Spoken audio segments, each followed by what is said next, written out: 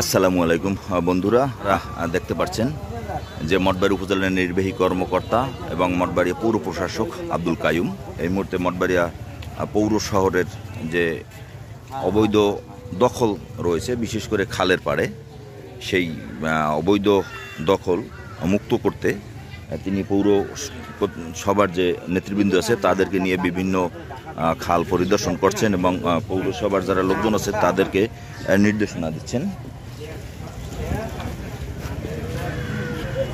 আপনাদের যদি একটু দেখাই, যে দেখেন যে দখলদাররা কিভাবে খাল দখল করেছে, এগুলো তিনি তদারকি করছে। ইতিমধ্যে বেশ কয়েকবার অবৈধ দখলদারের উচ্ছেদ কার্যক্রমের অভিযান চালালেও বিভিন্ন কারণে সেটি থেমে যায়। জেলা প্রশাসকের নির্দেশে অবৈধ উচ্ছেদ কার্যক্রম নতুন করে আবার পরিচালনার জন্য তিনি উদ্যোগ নিয়েছেন।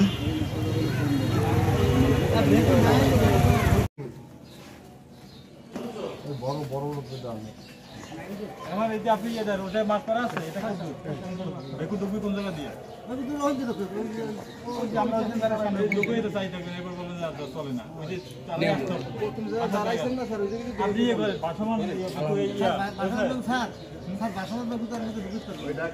খালে নামাই দিবে, খালে নামাই এর পর দুই করে যাবার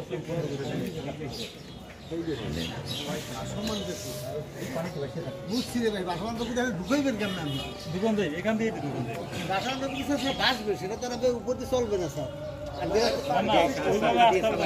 রাস্তায় আছে অবসর, এটা রাস্তায় চললে আইসে এখানে নামবে, নামে গ্রামের পল্টনের নাম করে হ্যাঁ পাঠাই দিচ্ছি।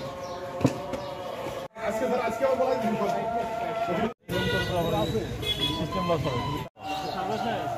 এটা কোন পর্যন্ত খালে